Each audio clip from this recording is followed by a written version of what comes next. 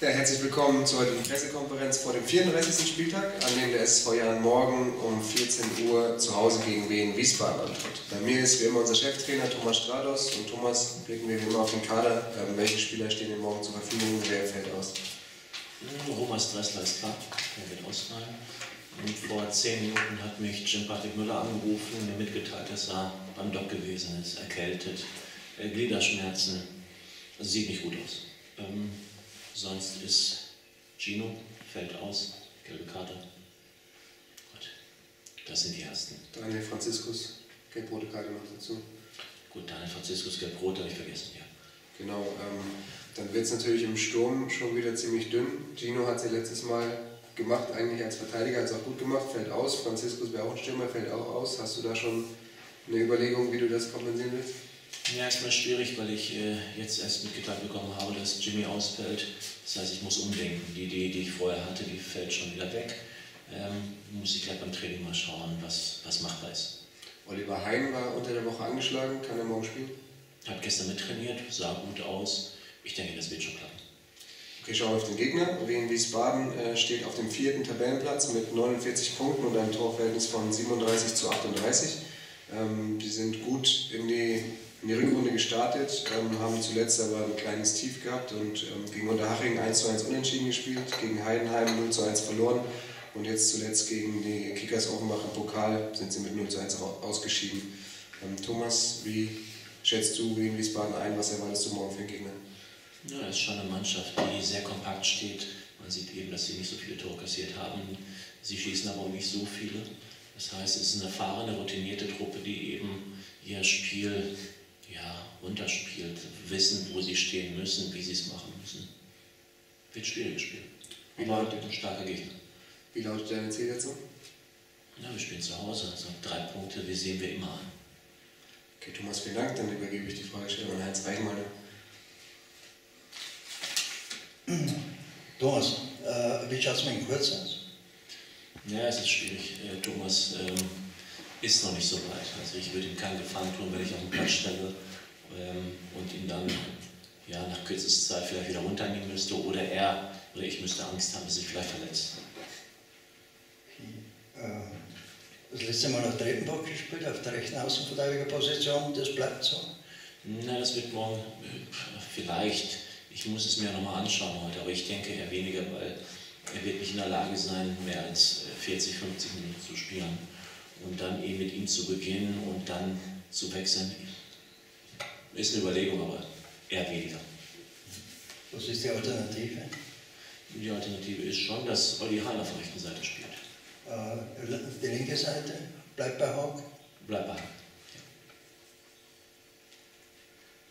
Was ist die Option auf der rechten Seite im offensiven Mittelfeld?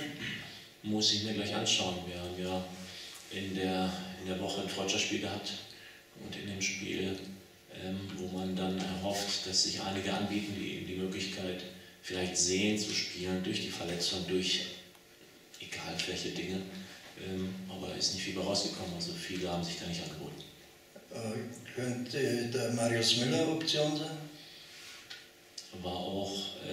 Ist eine Überlegung, ich muss irgendjemand spielen lassen oder ich muss mir das genau anschauen, muss sehen, wer am morgigen Tag vielleicht uns weiterbringt. Aber es ist eben jetzt im Moment schwierig. Okay, also, wer wäre noch da außer Marius Müller, der rechts spielen könnte? Ich könnte ja, Smarzok hat es schon gespielt, könnte spielen. Bene Schmidt ist noch da, Ruben Popa ist da. Ja, das ist eine Position für den Popa, der bisher nur links gespielt hat. Auch das ist möglich. Du brauchst ja nur, egal wohin schauen, bei Bayern München spielt, glaube ich, der Linksfuß auch rechts. Okay. Das können wir auch probieren. Ich habe den Hein deshalb ausgemacht für die rechte Außenverteidigerseite, weil er hat zuletzt in Erfurt dann auf der 6 gespielt. Also ist keine Option. Die Doppel-6 bleibt mit Kotzke und Günther. Olli Hein hat auf der 6 gespielt? Am Schluss ja. Ja, die letzten paar Minuten, als wir Gino nach hinten gezogen haben. Genau. Ja, das haben wir gemacht am Schluss nur, um das Tor weil wir Gino hinten brauchten. Ich hätte Olli auch in die Spitze gestellt, also das hatte jetzt keine Bedeutung. Das war nur für das kurze Spiel da gewesen. Nur für die Schlussminuten. Für die Schlussminuten. Ja. Okay, die Lage, die ist eigentlich sehr gut für euch, sage ich jetzt einmal, ungeachtet des Gegners natürlich. die Ausgangsposition ist so, ich habe das euch einen Punkt lang, dann haben wir Planungssicherheit. Das ist ein schönes Wort. Ja,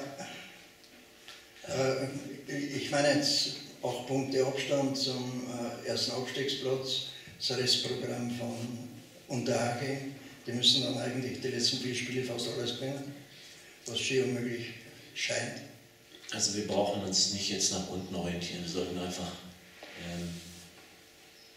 auf diese 3 Punkte schauen, auf das morgige Spiel. Ich glaube, es ist ein schönes Spiel gegen eine Mannschaft, die auf der 4. oder am 4. Platz steht. Und ich schaue jetzt nicht nach unten und rechne und sage, ich brauche nur 1 Punkt oder wenn die verlieren, könnte dies sein oder das. Ist nicht in meinem Kopf, ist nicht drin, weil wir haben auch vor 2 Wochen hier schon gestanden und haben wir auch gerechnet und haben gesagt, was ist dann, was ist dieses. Und da sah es ja richtig schlecht aus. Aus unserer Sicht sah es schlecht aus, ja. Aber ich denke mal... So ein Gewinn, würde ich mal sagen. Ja. Okay, ich meine, für beide Mannschaften geht es um was. Wiesbaden will noch den 4. Platz, die DFB-Pokal-Teilnahme. Ja. Ja. Und ihr... 3 Punkte. Ihr wollt 3 Punkte und damit, glaube ich, ist der Gedanke, nur der Gedanke an Abstieg beendet. Ganz klar, ganz klar. Wie spielt man gegen so eine routinierte Mannschaft? Sie spielen es ähnlich wie Erfurt. Also schon von der Aufstellung, wie sie auf dem Platz stehen, ist es eine ähnlich gemacht. Wir müssen eben gegen solche Erfahrung, viel Erfahrung von der Seite, musst du eben den Ball sicherer und schneller spielen. Ich habe mir den Platz angeschaut, der müsste in gutem Zustand sein, um den Ball sauber und schnell zu spielen. Wichtig ist natürlich, dass sich jeder Spieler bewegt und auch in der Lage ist, auch schnell zu spielen. Du hast den Dressler gesagt, der ist krank. Patrick, Jenny. Nein, zu Dressler hast du gesagt, der ist krank, der ist nur verletzt. Der ist verletzt, ja. Weil sonst hätte ich eine Epidemie ausgerufen. Nein. Bei 2. Ist ja krank. Okay. Wer rückt generell von den Reservisten noch in den Kader? Es müssten eigentlich genau 18 übrig bleiben. Also es ist nicht so, dass da irgendwas da noch ist. Ich glaube, wir sind 18 Spieler, habe ich dann. 18. Ja, da wird keiner aus. Wendmüller, Franziskus, ja, du hast recht. Ja, es müssten 18 sein, also dann fällt auch keiner weg. Ja. Dann habe ich auch kein Problem.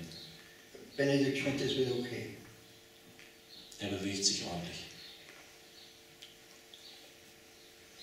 Zur Mannschaftsaufstellung, also es bietet sich an Amachaipo ganz vorne, oder? Ja, eventuell. Eventuell, aber ja. Auf der anderen Seite sind die eben Jungs, die spielen das anders. Das heißt, da muss ich drüber nachdenken, ob wir vielleicht Markus Matzer oder auch Bene Schmidt davon hinstellen. Okay. Ihr habt 2 Testspiele unter der Woche da gehabt. Ja. Die habt ihr wieder nach Hause geschickt, oder? Ja. Ohne Option zu erheben. Passten nicht zu uns. Ja, das habe ich ihnen gesagt und dann sind sie wieder nach Hause gefahren.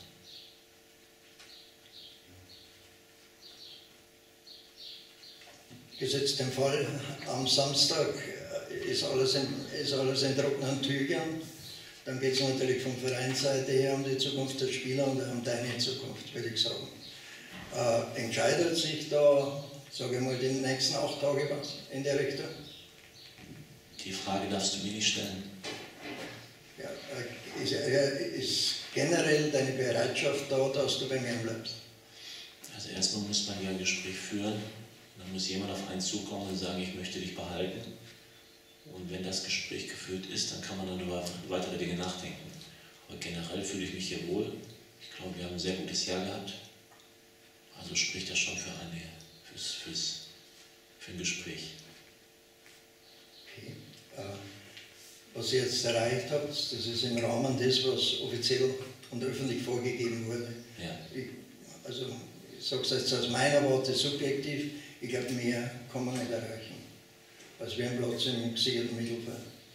Ja, ich glaube, wenn man objektiv sich das Ganze anschaut, die Mannschaft, die Dinge, wie sie gelaufen sind, die Spieler, die hier spielen und die Gegebenheiten, dann ist das, wir wollen ja nicht übertreiben, aber das ist schon ein Riesenschritt gewesen oder ein Riesenerfolg für uns.